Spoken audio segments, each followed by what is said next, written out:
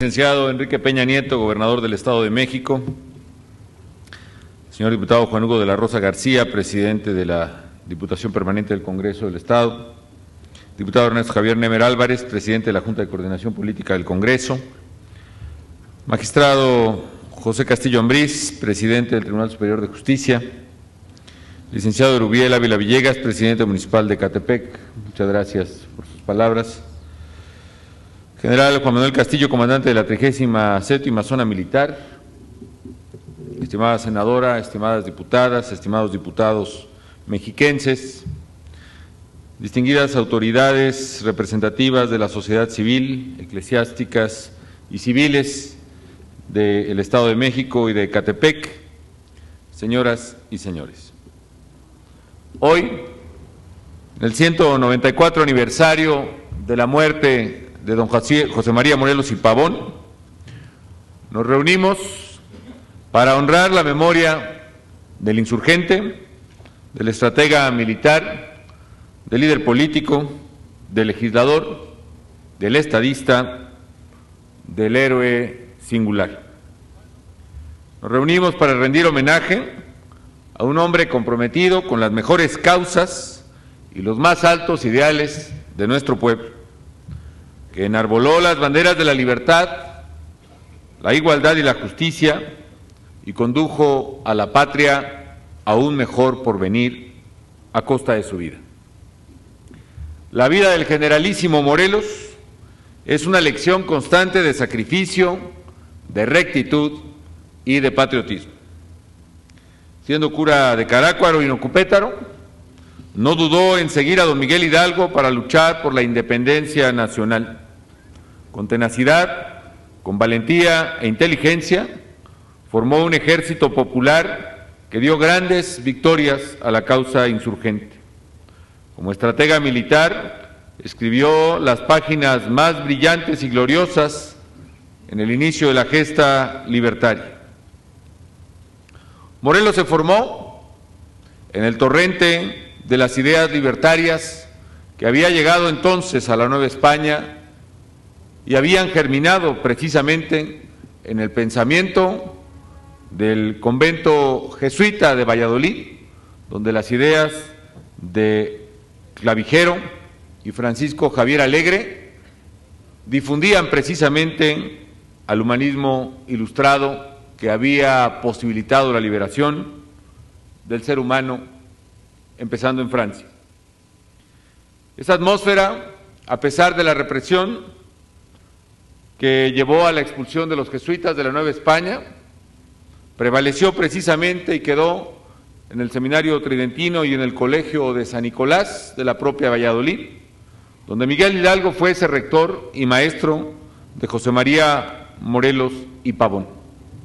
Ayer mismo celebrábamos en aquella ciudad el bicentenario de la propia conspiración de Valladolid, uno de los primeros movimientos que abrirían incipientemente la lucha de la libertad. En esa atmósfera libertaria fue donde Morelos desarrolló su vida y profesión eclesiástica y posteriormente su intensa y valiosísima vocación libertaria. El caudillo del sur siempre supo que la lucha armada tenía que ser solo un medio al servicio de objetivos políticos superiores: la construcción de una nueva sociedad y de un nuevo Estado nacional. Morelos fue un genio militar, habilitado además como tal por su conocimiento profundo de la geografía de Tierra Caliente, por su conocimiento profundo que su también pasado como arriero al lado de su padre le permitía precisamente escudriñar más allá de lo que cualquier otro pudiera hacerlo en su tiempo. Pero más que el genio militar de Morelos, a mi juicio, es el genio político. Ahora que conmemoramos la independencia, vale la pena aquilatar la dimensión de las decisiones de Morelos a este respecto. El movimiento de independencia en México se gesta precisamente cuando las fuerzas napoleónicas invaden España y toman precisamente por la fuerza la corona española. En toda América surgen movimientos de repudio a la invasión francesa, temiendo que ésta se extendiera precisamente a las colonias hispanas de América, y se generan movimientos de independencia en la proclama de separarse precisamente del dominio español en manos de los franceses y de invocar la figura de Fernando VII para su vuelta al trono. Así, bajo esa proclama, surgen muchos movimientos de independencia. Incluso en México, eso es lo que da cuerpo y voz a una fuerza que desarrolla el inicio de la liberación. Pero es Morelos, precisamente José María Morelos, el primero que imprime al movimiento claramente la consigna de la independencia absoluta de la corona española, que no proclama la restitución en el trono de ninguna figura imperial, sino que proclama precisamente una república distinta, con 3 poderes divididos y equilibrados. Es el genio de Morelos el que concibe intelectualmente a la nación mexicana, que entonces la llamaría en la Constitución de Apatzingán América Septentrional. Es el genio de Morelos el primero que construye un Congreso al que defiende precisamente con su vida. Un Congreso, además, enfocado a proclamar, y con éxito, la Constitución de Apatzingán, que fuese finalmente votada y expedida el 22 de octubre de 1814. Tiempo antes, en 1813, había llamado a conformar el Congreso de Chilpancingo, cuya misión suprema era precisamente elaborar la constitución de una nueva nación, de una nación independiente. Ahí, a mi juicio, hasta allá se extienden las raíces del México que hoy somos. El 14 de septiembre del 13 ha quedado registrado en la historia como el día en que Morelos entregó a los constituyentes de Chilpancingo los sentimientos de la nación ya aquí invocados. Ahí se trazaban los principios que debieran regir a la nueva patria: independencia, división de poderes, soberanía popular, legalidad, buen gobierno, igualdad de todos los mexicanos, abolición de la esclavitud. Así, fue el primero en plantear al país el sistema republicano y representativo de gobierno. El siervo de la nación tenía claro que el destino de la patria dependía de la fortaleza de las instituciones republicanas y de la lealtad que los mexicanos le dispensaran, y por eso protegió sin titubeos al Congreso hasta que éste pudo decretar la Constitución de Apatzingán, como he dicho, el 22 de octubre de 1814. Habría que ver si en algún momento se contrapusieron el genio militar y el genio político, porque Morelos precisamente restringió su margen de operación militar en aras de custodiar, incluso en ocasiones personalmente, al nuevo Congreso. El Ejército del Sur fue un ejército convertido en ejército garante del Congreso constituido y de la nueva Constitución, y en ese afán precisamente fue que Morelos fuese finalmente capturado. Por todo ello, amigas y amigos, hoy también hay que rendir especialmente tributo al gran estadista que vislumbró antes que nadie el México del futuro, al arquitecto del sistema político que ha dado cauce a la energía transformadora de nuestra sociedad, al que vislumbró, sí, el México independiente, republicano, democrático y dividido en poderes equilibrados, pero también al México descrito en los sentimientos de la nación, un México fundado en el trabajo, un México fundado en la moderación de la opulencia y de la miseria, que es hoy y sigue siendo el reto desafiante del México del futuro. No me cabe la menor duda que sin Morelos no se comprendería la historia de México ni a México mismo, ni se entendería la naturaleza de sus instituciones. ¿Cómo ver a los héroes que nos dieron patria en este 2010 que se avecina?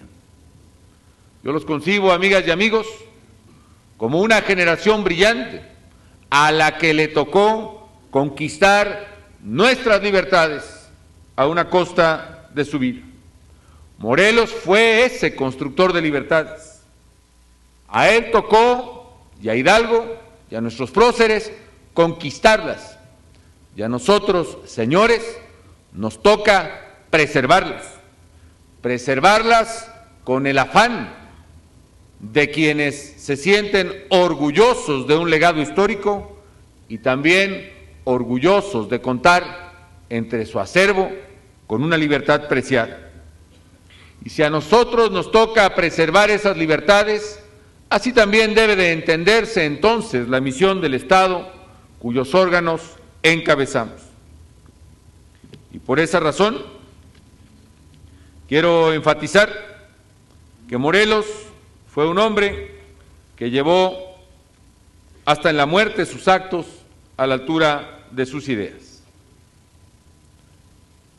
En la preservación de las libertades, por cierto, están empeñados miles y miles de mexicanas y de mexicanos.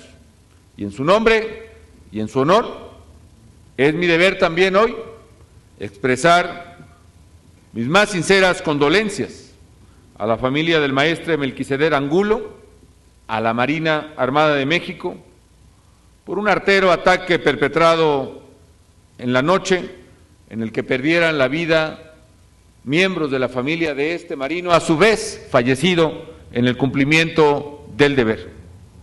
Un acto por demás cobarde y deleznable. Estos condenables hechos son una muestra de la falta de escrúpulos con la que opera el crimen organizado, atentando contra vidas inocentes.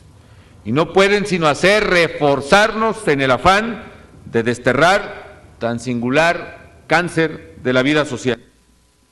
El Estado mexicano tiene la obligación de preservar las libertades conquistadas por nuestros héroes y en consecuencia aplicar el peso de la ley contra quienes quieren ver canceladas esas libertades. No habremos de amedrentarnos por criminales sin escrúpulos como quienes cometen tal clase de barbarie. Quienes así actúan merecen el repudio unánime de la sociedad y merecen pagar por sus crímenes. Somos muchos más, las mexicanas y los mexicanos, que queremos un país de leyes, un país en paz, un país con orden, como lo soñara y luchara por él precisamente José María Morelos. Una vez promulgada la Constitución, el virrey Calleja ordenó que se reforzara la ofensiva contra el Congreso recién creado.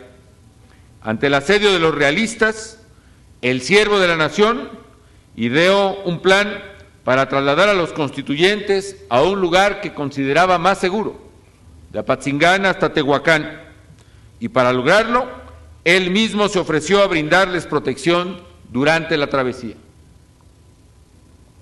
La institución armada, creada por Morelos y exitosa en sus varias campañas, ahora al servicio y a la defensa del órgano que representaba a la nación naciente, el Congreso. En cumplimiento de esta peligrosa misión, Morelos fue cercado por el enemigo en Texmalaca. Superado en número, superado en armamento por los realistas, Morelos le instruiría a Nicolás Bravo: vaya usted a escoltar al Congreso, que si yo perezco, poco importa. Y quedó él a detener y contener a las fuerzas realistas, mientras Bravo podía encabezar la retirada protegiendo al Congreso. Y gracias a ese gesto heroico, los legisladores pudieron salvarse. Pero por él fue apresado y conducido Morelos a la Ciudad de México. Y a pesar del juicio doble al que fue sometido, degradado y humillado, se mantuvo fiel a sus principios y convicciones hasta la muerte. Calleja ordenó que Morelos fuera ejecutado en este sitio, el 22 de diciembre, un día como hoy, de 1815. Aquí, el siervo de la nación dijo ante su sacrificio inminente: morir es nada cuando por la patria se muere. Cada criatura tiene una misión sobre la tierra. Yo quería la independencia de mi patria y luché por ella. No me arrepiento de lo que he hecho por ese ideal. Mi conciencia no me acusa. He cedido a mis aspiraciones. Así murió uno de los más grandes próceres de nuestra nación, un hombre que es símbolo y emblema de nuestra mexicanidad, un líder que dio rumbo y destino a las aspiraciones de desarrollo de todo un pueblo. Las lecciones que el caudillo del sur dio a los mexicanos no están en los sitios históricos, ni en los museos, ni en las estatuas. No residen en la roca ni en el bronce. Viven en lo más profundo del ser nacional. Están en nuestros sueños e ideales, en nuestros principios y valores, en nuestros esfuerzos por construir un México distinto, un México mejor. Señoras y señores, a menos de 2 semanas de la llegada del 2010, el año de la patria, el ejemplo de nuestros héroes nacionales es una poderosa razón para seguir trabajando por la gloria y el engrandecimiento de México. Cumpliremos 200 años de ser, gracias a Hidalgo, gracias a Morelos, gracias a ellos, 200 años de ser orgullosamente mexicanos. Y por eso es momento de celebrar en el año de la patria con toda la fuerza el sentir nacional. Los mexicanos del 2010 podemos hacer de este un año que también marque un punto de inflexión en el rumbo del país. Podemos y debemos hacer que en el 2010 se trace un nuevo derrotero que resuma nuestros ideales políticos, sociales, económicos. Con ese afán también presenté hace unos días al Congreso una iniciativa de reforma política que busca darle más poder al ciudadano. Con ese afán también hemos de recorrer entre todos la ruta del diálogo y de la negociación para poder encontrar alternativas que hagan a nuestra nación ser más próspera, ser más justa, ser más segura. Sé que el Congreso habrá de estar a la altura de miras para discutir en sus méritos los cambios que requiere el país y que más allá del legítimo interés de las fuerzas políticas está el interés de la nación que reclama precisamente de todos quienes tenemos responsabilidades públicas, responsabilidades a la altura de la nación. Sé que podemos y debemos lograr que en este 2010 no solo se honre el pasado, sino que también se construya el futuro y se construya con la mira de una nación que tiene la historia que tiene México, que tiene el pasado que tenemos los mexicanos y que está obligada a construir un futuro mucho mejor a la altura de quienes fundaron el país. Yo quiero invitarles, amigas y amigos, a que sigamos trabajando unidos para hacer realidad el anhelo de nuestros héroes, de héroes como Morelos, cuyos valores e ideales aún siguen impulsando la unidad, la identidad y la esperanza de los mexicanos.